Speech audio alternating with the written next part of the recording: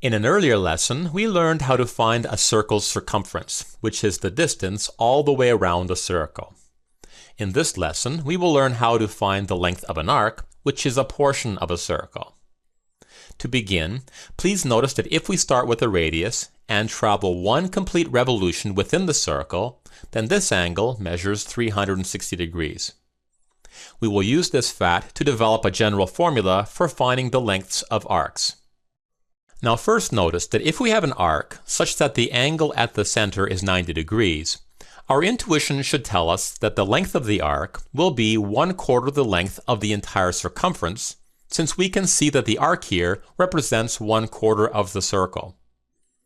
The reason that this arc represents 1/4 of the circle is that of the 360 degrees in a complete circle, the arc here represents 90 of those degrees. So the length of the arc is equal to 93/60ths of the circle's circumference, and 93/60ths is equal to 1/4. Similarly, if we increase the angle to 119 degrees, then the length of the arc will be 119/360ths of the circle's circumference.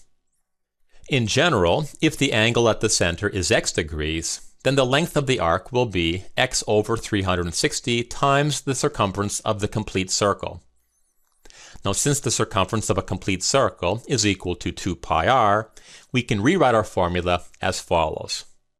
This formula can be used to find any arc length. Now, the next topic in this lesson is closely related to the technique we just learned for finding arc lengths. In an earlier lesson, we learned how to find the area of an entire circle. Now let's learn how to find the area of a portion of a circle. This shape, which resembles a piece of pie, is called a sector. One way to denote sectors is to refer to them by the center and the corresponding points on the circle. So this sector can be denoted as sector OCE. Now our goal here is to find a general formula to help us calculate the area of this sector.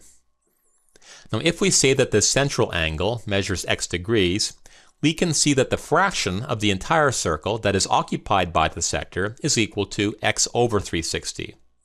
So the area of the sector will be x 360ths of the area of the entire circle.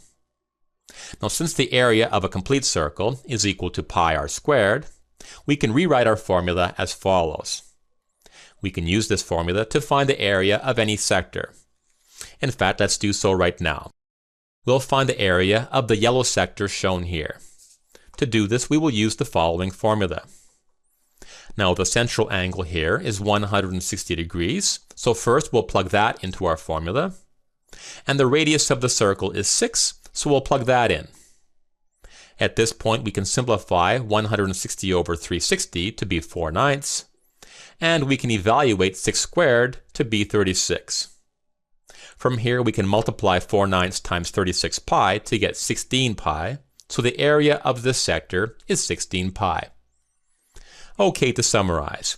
In this lesson, we learned a general formula for finding the length of an arc, and we learned a general formula for finding the area of a sector.